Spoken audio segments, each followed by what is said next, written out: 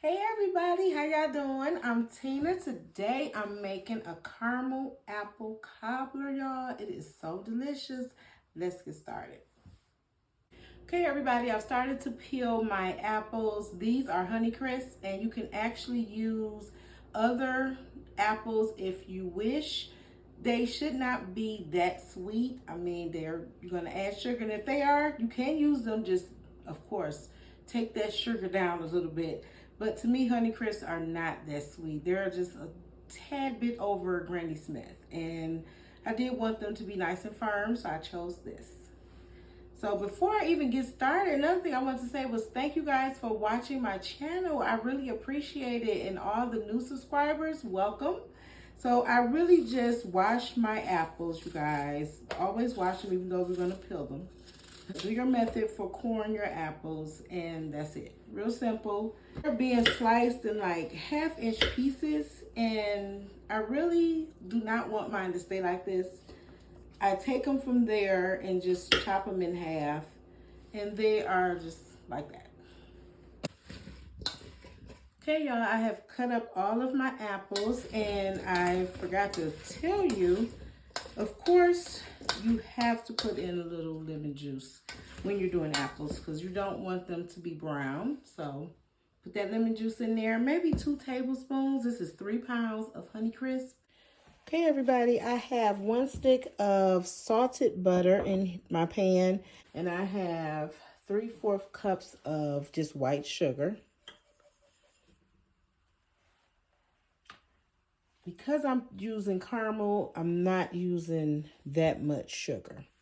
Now this is a teaspoon of cinnamon, 1/4 each of allspice, and what is that other thing in there, y'all? Nutmeg. I was like, what I put in this stuff? Okay, put that in there. Also, of course, I have my baking vanilla. Of course. Let me not forget that. 2 teaspoons of that. Give it that vanilla flavor, y'all. You know it wasn't going to be right if I didn't put this in there. Then give it a good stir. Those apples still look nice, you guys. Oh my goodness. That's that lemon juice. I would rather them start off like this. Turn brown from the ingredients, not from sitting out. That's just me. This is the best time you can get started on your crust.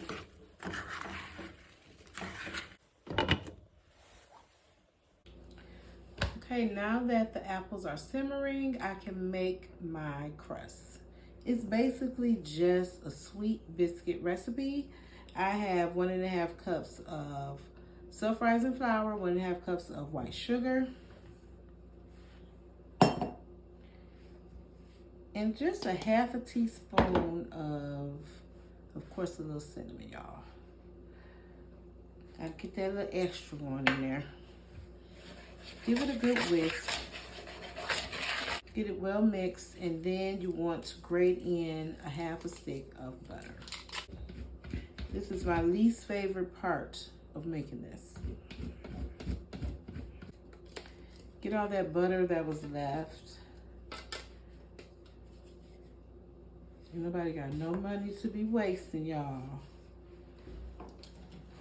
Groceries are too expensive. So leave butter on the grater. Oh man, that is so, that is true. From where I'm standing, it's true. This is like a cup, and it is ice cold. It was in the freezer for a minute.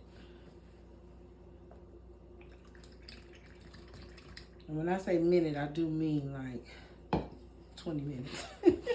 Not 1 minute. It's basically been in there right before it started to freeze. I don't want it to freeze. This is not your normal biscuit dough.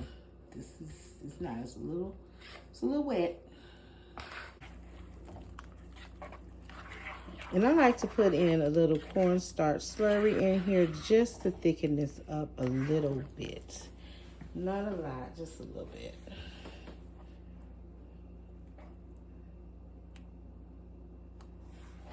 Okay. This is just a caramel dip. You can use whatever caramel you like or whatever. I usually will have the little bites, little caramel bites, and melt that down. But this is so much easier, y'all. It is so much easier. It's already nice and creamy. This is like a half a cup of it. This is why I didn't put but a small amount of sugar. The apples are not that sweet, but this helps that out. You have that taste of caramel, and you also have enough sweetness in it. So it's not, like I said, it's not going to be overly sweet. And you just mix this in. You should really use a firm apple for this. You want something a little crunchy, because you're going to cook it for 10 minutes, mixing everything in, and then you will put it in the stove. So you don't want it to turn into applesauce. And you don't want that, because that's exactly what it would be if you have those really mushy apples. So, oh, all that caramel, y'all, this smells so good. Get that biscuit dough that is kind of runny, and just plop it over there like that.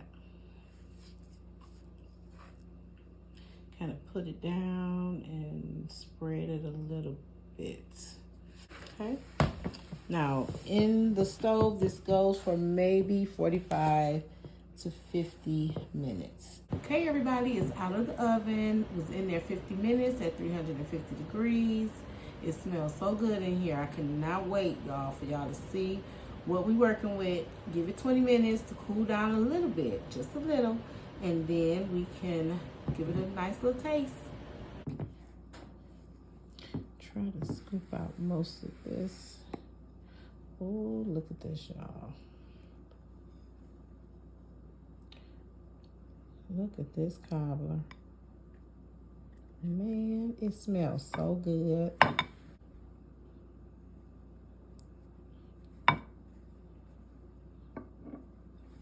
That.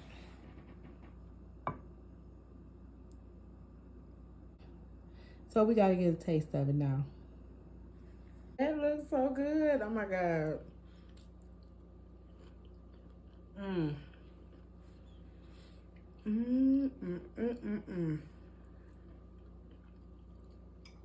Absolutely outstanding. You know what I'm missing? Ice cream, Cool Whip, whipped cream, any of that would have made this even better. I would be definitely getting some of that for the rest of this. Oh my goodness, it is so good. Thank you guys for watching. Bye.